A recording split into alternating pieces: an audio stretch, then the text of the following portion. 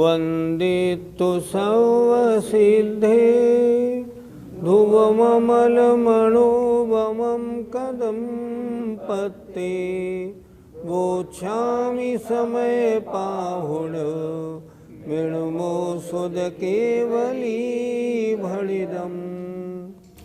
पंच परमेष्ठी भगवान की जय। समयसार ग्रंथराज में कर्ता कर्म अधिकार सबसे बड़ा है और इस समय वो ही चल रहा है। पिछली ज्ञानशाला में ये बताया था कि अगर कोई सांख्य मत वाला ये कहे कि पुद्गल में परिणमन नहीं होता, तो उसको बताया था ऐसा नहीं, पुद्गल में भी कथनचित परिणमन होता है। अब कोई सांख्य मत वाला ये बोले जीव में परिणमन होता ही नहीं, तो उनको बता रहे हैं कि नहीं, जीव में भी परिणमन होता है। तो आज दो गाथाएं उसकी होंगी। आइए। णसयं बद्धो कम्मे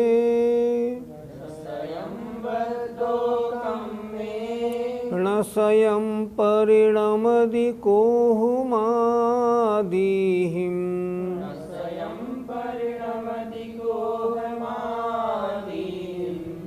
यदि एष तुज्य जीवो अपरिणामी तदा होदि।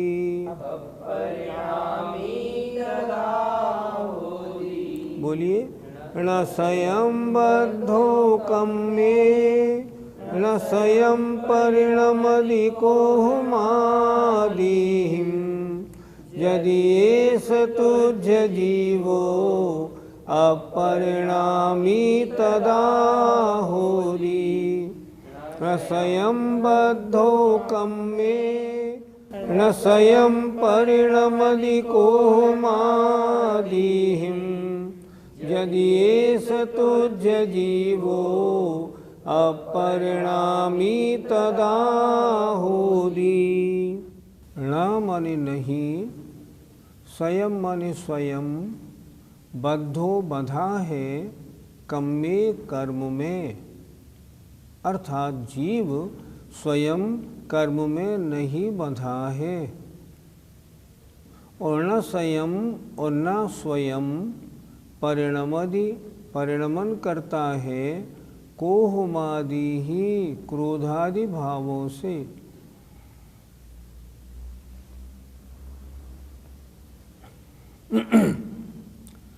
यदि एष तुज्य जीवो, यदि एष माने ऐसी मान्यता, तुझ माने तेरी है, तो जीवो तदा अपरिणामी होदी।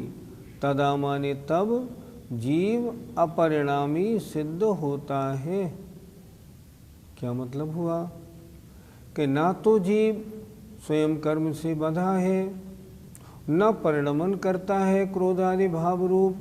अगर ऐसा मान लिया तो फिर जीव में परिणमन क्या हुआ? कुछ नहीं हुआ। जीव कैसा हो गया? जीव तो अपरिणामी हो गया।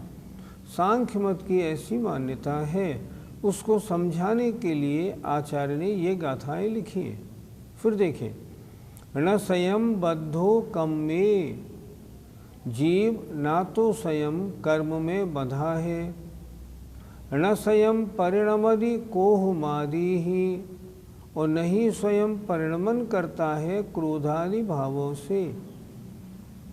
यदि यदि एस माने ऐसी मान्यता, इस प्रकार की मान्यता तुझ माने तेरी है, तो जीवो माने जीव, तदा माने तब, अपरिणामी होदी, अपरिणामी सिद्ध होता है। इससे तो ये बात सिद्ध हो गई जीव में परिणमन नहीं होता, क्योंकि ना तो स्वयं कर्म में बंधा है, न स्वयं परिणमन करता है। अगर ऐसी मान्यता होगी तो सांख्य मत की मान्यता हो गई और जीव अपरिणामी सिद्ध हो गया, जबकि ऐसा है नहीं। अर्थ, यदि तेरी ऐसी मान्यता है कि यह जीव कर्म में स्वयं नहीं बंधा है, और क्रोध आदि भावों में स्वयं परिणमन नहीं करता है, तब तो वह अपरिणामी सिद्ध होता है।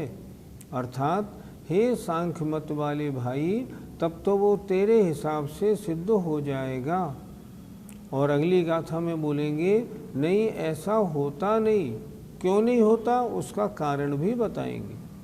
पंडित जी, संसारी और मुक्त जीव में क्या अंतर होता है? संसारी जीव कर्म से बंधा हुआ है, मुक्त जीव कर्म से रहित है। इतना तो अंतर है।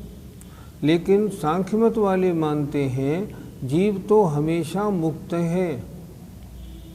तो इसलिए यहाँ ऐसा कहा गया, अगर तेरी ऐसी मान्यता है कि जीव कर्म में स्वयं नहीं बंधा है, तो बहुत सारे प्रश्न खड़े होते हैं। तो फिर संसारी कैसे बना? स्वयं ही तो कर्म से बंधा। स्वयं नहीं बंधा तो किसी ने जबरन थोड़ी बांध दिया। अर्थात तेरी जो मान्यता है उस मान्यता में क्या दिक्कत आ रही है, जरा उनको समझना है। तो जीव कर्म से स्वयं बंधा है कि नहीं? नहीं, स्वयं बंधा है। अतः तुम्हारी जो मान्यता है स्वयं नहीं बंधा, ये ठीक नहीं। क्रोध आदि भाव रूप कौन परिणमन करता है? क्रोधादि भाव रूप अगर जीव परिणमन नहीं करेगा तो क्या पुद्गल परिणमन करेगा? क्या गुस्सा पुद्गल को आएगा? पुद्गल को तो कभी आएगा नहीं।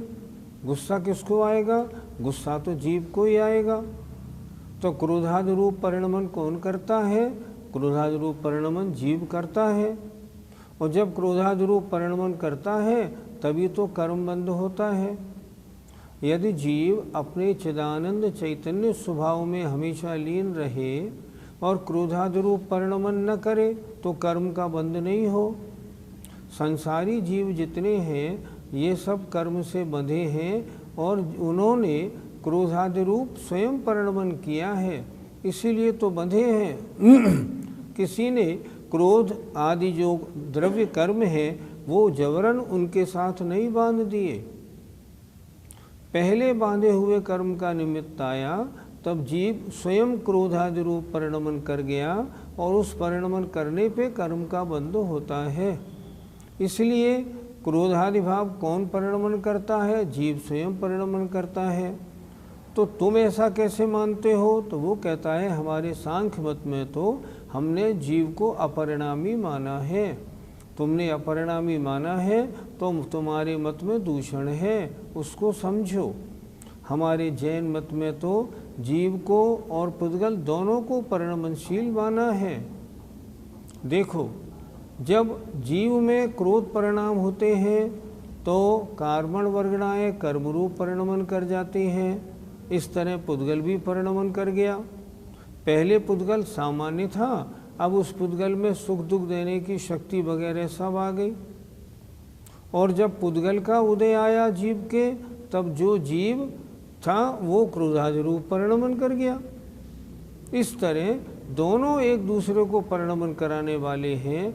तुम जो दोनों को अपरिणामी मानते हो ये तुम्हारी धारणा सही नहीं। जैन मत का सिद्धांत बहुत स्पष्ट है। एक दूसरे का परिणन निमित्त नैमित्तिक रूप से होता है, यह सर्वथा सत्य है, यही मानने योग्य है। पंडित जी, निश्चय ने से आत्मा क्रोध भाव आदि रूप परिणमन तो करता ही नहीं।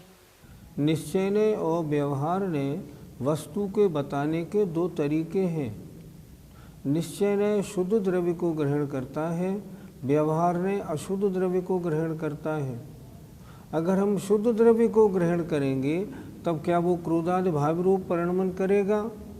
ना तो वो क्रोधादि भाव रूप परिणमन करेगा, ना उस द्रव्य के पास में क्रोधादि भाव रूप कोई निमित्त ही है। क्यों? क्योंकि निश्चय तो शुद्ध आत्मा को ग्रहण कर रहा है। इसलिए निश्चय से देखा जाए तो आत्मा क्रोधादि भाव रूप परिणमन करता ही नहीं।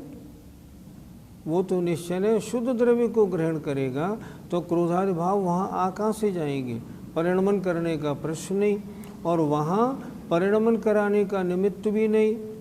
अब देखो, सिद्ध परमेष्ठी हैं, उनके पास परिणमन कराने के निमित्त रूप क्रोधादि भाव है ही नहीं। आत्मा कर्म बल से रहित है तो वो क्रोध रूप परिणमन करेंगे ही नहीं। लेकिन संसारी आत्मा ऐसा थोड़ा हो जाएगा कि क्रोधादि भाव रूप परिणमन नहीं करता। उसके पास तो कर्म भी है और कर्म रूप परिणमन करने की शक्ति भी है, वो परिणमन करता है। क्यों करता है? अशुद्ध आत्मा है इसलिए करता है। गाथा 126 का पद्यानुवाद देखें। आत्मा स्वयं यदि नहीं विधि से बंधा है, क्रोधाभिभूत यदि हो न स्वयं सदा है, तू मानता इस विधि कर बोध आत्मा, तो क्यों न हो अपरिणामी त्वदीय आत्मा। अगर तू ऐसा मानता है तो फिर तेरी आत्मा अपरिणामी बिना परिणाम वाली क्यों न होगी? ज़रूर होगी। लेकिन सुनो, अगर तुम आत्मा को ऐसा मानोगे बहुत दिक्कत आने वाली है। क्या दिक्कत आएगी? आचार्य स्वयं अगली गाथा में कह रहे हैं। आइए गाथा नंबर 127। अपरिणमन्ते हि स्वयं,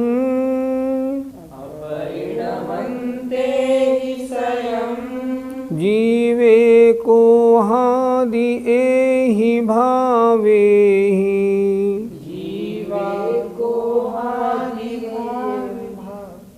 जीवे को हादि एहि भावे,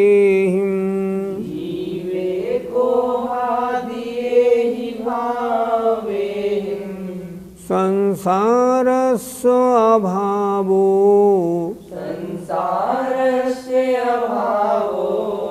पसज्जदे शंख समो वा।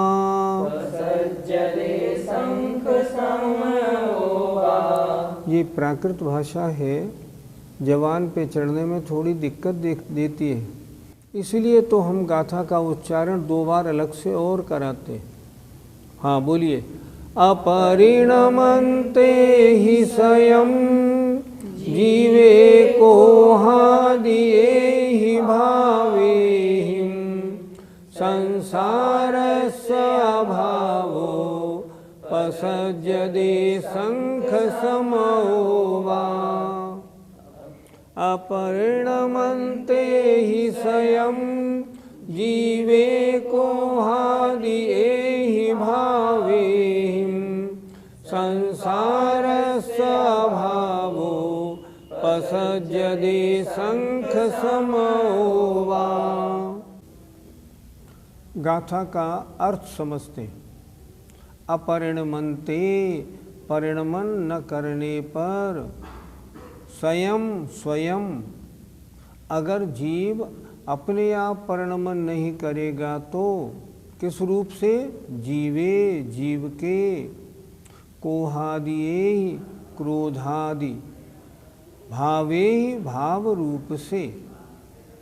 अगर जीव क्रोधादि भाव रूप से स्वयं परिणमन नहीं करेगा तो क्या होगा? संसारस्य अभावो, संसार के अभाव का पसज्जदे प्रसंग आ जाएगा। शंख समो वा माने अथवा सांख्य मत का प्रसंग आ जाएगा। सांख्य मत तो गलत है, वस्तु के सही बात को नहीं बताता। फिर एक बार देखें। अपरिणमन्ते ही स्वयं, स्वयं माने स्वयं, परिणमन न करने पर जीवे, जीव के, कोहादि भावे ही, क्रोधादि भाव रूप से, अर्थात जीवे, जीव के क्रोधादि भाव रूप से, अपरिणमन्ते ही स्वयं, परिणमन न करने पर, अगर वो स्वयं परिणमन नहीं करता है तो संसारस्य अभावो, संसार के अभाव का पसज्जदे प्रसंग आ जाएगा। वा अथवा सांख्य मत का प्रसंग आ जाएगा जो कि मिथ्या मत है। इसलिए ये मानना ही पड़ेगा कि जीव क्रोधादि भाव रूप से स्वयं परिणमन करता है। अर्थ क्रोधादि भाव रूप से जीव के स्वयं परिणमन न करने पर संसार के अभाव का अथवा सांख्य मत का प्रसंग आ जाएगा। पंडित जी, यदि जीव के क्रोधादि विभाव रूप परिणमन न करने पर संसार का भाव कैसे होगा? हमने पहले संसारी और मुक्त जीव की परिभाषा बताई थी। मुक्त जीव वो हैं जो कर्म बंधन से रहित हैं, संसारी जीव वो हैं जो कर्म बंधन से सहित हैं। अब प्रश्न है, संसारी जीव या आत्मा के कर्म बंधन कहाँ से आया? कर्म बंधन ऐसे आया, उसने क्रोधादि भाव रूप परिणमन किया तो कार्बन वर्गणाएं उसके परिणामों के अनुसार कर्म रूप परिणमन करके आत्मा के साथ बंध को प्राप्त हो गई। इस तरह आत्मा बंध से सहित हो गया। अगर आत्मा क्रोधादि रूप परिणमन न करे तो ये कार्बन वर्गणाएं कर्म रूप परिणमन कैसे करेंगी और फिर आत्मा के साथ कैसे जुड़ेंगी? और आत्मा के साथ नहीं जुड़ेंगी फिर संसारी कैसे बनेंगी? फिर संसारी मुक्त का अंतर कैसे बनेगा? आत्मा जैसे परिणाम करता है ना, तदनुसार जो कर्म है वे आत्मा के साथ बंधते हैं। इसलिए आत्मा तो परिणमन करेगी ही, तभी तो कर्म बंधेंगे, अन्यथा आत्मा तो मुक्त सिद्ध बनी रहेगी। हमने माना सिद्ध भगवान जो होते हैं वो क्रोधादि कषाय रूप परिणमन नहीं करते। उनके परिणमन नहीं करने पर क्या होता है, ऊपर सिद्धालय में कार्बन वर्गणाएं नहीं है क्या? नहीं, अनंतानंत हैं। सिद्धालय की बात छोड़ो, सिद्ध भगवान के जो आत्म प्रदेश हैं जिनमें सिद्ध भगवान विराजमान हैं, क्या उनमें कार्बन वर्गणाएं नहीं भरी है? उनमें भी अनंतानंत भरी हैं। तो वे फिर कर्मरूप परिणमन क्यों नहीं करती? क्योंकि वो जो आत्मा है वह क्रोधादि भाव रूप परिणमन नहीं करती। जो शुद्ध आत्मा है वो क्रोधादि भाव रूप परिणमन नहीं करती, और जब क्रोधादि भाव रूप परिणमन नहीं करेगी तो कर्म बंधेंगे कैसे? कर्म नहीं बंधेंगे। इसलिए सिद्ध भगवान के किसी कर्म का बंध नहीं होता। हम संसारी जीव निरंतर राग द्वेष आदि परिणामों में उलझे ही रहते हैं, इसलिए हमारे निरंतर कर्म का बंध होता रहता है। इसलिए आत्मा परिणमन करती है, नहीं कैसे करती? पंडित जी, जीव के कर्मबंध ना होने पर क्या होगा? संसार में जो कुछ दिखाई देता है वो फिर कैसे दिखाई देगा? कोई गरीब है, कोई अमीर है, कोई सुंदर है, कोई असुंदर है, कोई त्रिंच है, कोई मनुष्य है, कोई नारकी है, कोई देव है, कोई बुद्धिमान है, कोई अबुद्धिमान। फिर ऐसा फर्क कैसे रहेगा? जिसने जैसा कर्म बांधा है, जब वो कर्म उदय में आके फल देता है तो जीव का वैसा परिणमन होता है। इसलिए अगर जीव मान लो क्रोध रूप परिणमन नहीं करेगा तो फिर बंध कैसे होगा, और बंध का तरह तरह का पना कैसे होगा? फिर तो क्या होगा, संसार सारा खत्म हो जाएगा, सारे जीव एक से हो जाएंगे, फिर तो कोई बात ही नहीं बनेगी। ना नरक रहेगा, ना स्वर्ग रहेगा, ना कोई छोटा होगा, ना बड़ा होगा। ऐसा नहीं होता। इसलिए क्या होता है, आत्मा जब क्रोध के अभिमुख होता है तब क्या होता है, आत्मा में परिणमन होता है, और परिणमन होने से वैसे ही कर्मों का बंध होता है, और तभी ये संसार चलता है। पंडित जी, क्या सभी संसारी जीव क्रोध आदि रूप परिणमन करते हैं? आत्मा का परिणमन आचार्यों ने 3 प्रकार का बताया है, अशुभोपयोग रूप, शुभोपयोग रूप और शुद्धोपयोग रूप। जीव के जैसे परिणाम होते हैं, अगर कषाय की तीव्रता होती है तो वे आत्मा अशुभोपयोग रूप परिणमन करता है, उस समय कषायों की तीव्रता होती है। जब मंद कषाय रूप प्रवृत्ति होती है तो आदमी शुभोपयोग रूप प्रवृत्ति, जीव शुभोपयोग रूप प्रवृत्ति करता है, और जब कषायों से रहित होता है तब शुद्धोपयोग रूप प्रवृत्ति होती है। शुद्धोपयोगी भी है तो संसारी, लेकिन संसारी जीव के, मुनि महाराज के, जिस समय वे निर्विकल्प समाधि में होते हैं, और आत्मचिंतन में डूबे हुए होते हैं उस समय वो कषाय रहित होते हैं, अतः उस समय उनके कषाय नहीं होती। अगर हम गुणस्थान की अपेक्षा बात करें तो पहले, दूसरे, तीसरे गुणस्थान में अशुभोपयोग है, वहाँ क्रोधादि कषाय रूप परिणमन होता है। चौथे, पांचवें, छठे और सातवें गुणस्थान के शुभोपयोग रूप में भी क्रोधादि कषाय रूप परिणमन होता है। कभी राग रूप होता है, कभी किस रूप होता है। राग रूप होना भी तो कषाय रूप परिणमन है। और सातवें गुणस्थान से 12वें गुणस्थान तक जो कषाय रहित परिणाम होते हैं उन्हें कहते हैं शुद्धोपयोग। जब शुद्धोपयोग रूप होता है तो कषाय रूप परिणाम नहीं होते। यद्यपि करणान योग की अपेक्षा उस समय भी कषाय कही है, लेकिन वो कषाय अति मंद है, बुद्धिपूर्वक नहीं होती।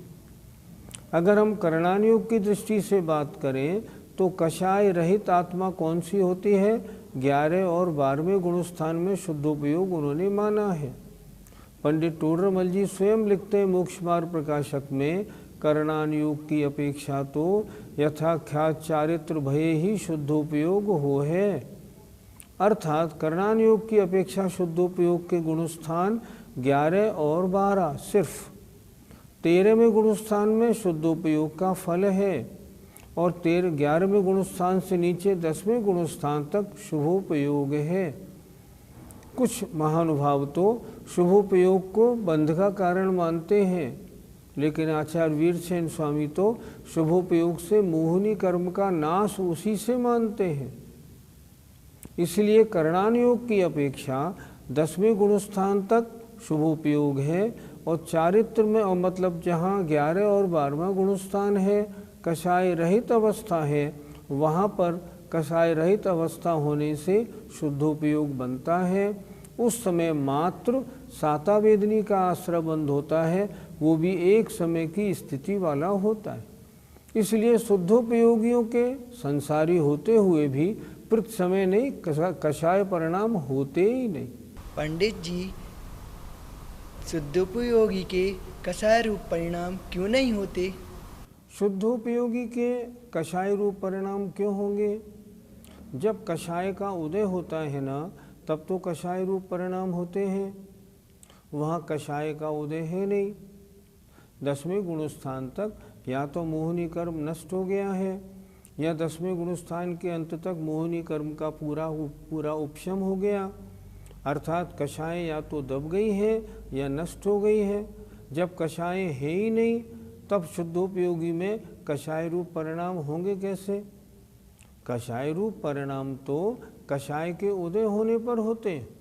इसलिए शुद्धोपयोगियों के ना तो कषाय रूप कषाय का उदय है, इसलिए कषाय रूप परिणाम नहीं होते। वो तो निर्विकल्प समाधि में लीन रहकर आत्मा के वीतराग स्वसंवेदन का आनंद लेते हैं। गाथा 127 का पद्यानुवाद। किं वा मनो अपरिणामी त्वदीय आत्मा क्रोधाभिभूत यदि हो न स्वयं दुरात्मा, संसार का फिर पता चल ना सकेगा, साम्राज्य सांख्य मत का सहसा चलेगा। हे दुरात्मा, हे अज्ञानी, अगर तेरी आत्मा अपरिणामी है, उसका क्रोध रूप परिणमन नहीं हो रहा, फिर संसारी कैसे कहलाएगी? फिर नहीं कहलाएगी। फिर तो सांख्य मत के अनुसार आत्मा हमेशा मुक्त है ऐसा मानना पड़ेगा, जो मत आगम नहीं है, सही नहीं है, वस्तु का सही स्वरूप बताने वाला नहीं है। जय जिनेन्द्र। इस कार्यक्रम के पुण्यार्जक परिवार है मानक चंद, कमला देवी, राकेश, नीतू, ऋषभ, सौम्या एवं Ayushi Musharraf, B123, Sethi colony, Jaipur, Rajasthan. Shri Parasnath rerolling mills limited, Durgapur 1, Bardhaman, Paschim Bangal. Amita Jain, wife of Anil Kumar Jain. Sangeeta Jain, wife of Vipin Kumar Jain. Sheel Jain, wife of Narendra Jain. Hightone trading company, Shalimar Bagh, Delhi 88। माता श्री निरंजनाबाई सरोदे के स्मरणार्थ Sunanda wife of professor Umesh Chandra Sarode Nagpur, Rekha wife of Abhay Kumar Sontakke Karanja, Madhuri Jain Nagpur, Nishigandha Band CA, wife of doctor Shailesh Band Amravati, Rutika wife of Saurabh Sarode Pune, Pushpak Jain Swastik Band Spraha Sarode. स्वर्गीय श्री चिमनलाल फूलचंद शाह, स्वर्गीय Kamlaben Chimanlal Shah, doctor Rajnikant C Shah, Leena R Shah, Samarth R Shah, Dhvani S Shah, Nishchal R Shah, Janali N Shah, Aagam Nirmay एवं नियम शाह, अहमदाबाद गुजरात। गर्भ गौतम जैन, सुपौत्र अशोक कुमार रतनलाल जैन, नूतन गौतम प्राची, आदित्य महिमा, सलोनी निरंजन अरहन आराध्य, तारदेव अंधेरी मुंबई। श्रीमती संतोष सी सिंघई, श्रीमती वर्षा आलोक जैन, श्री आलोक जैन, कुमारी त्रिशला जैन, कुमारी अनमोल अग्रवाल। श्रीमती पूनम जैन धर्मपत्नी श्री सुभाष जैन, गुणायतन शिखर जी।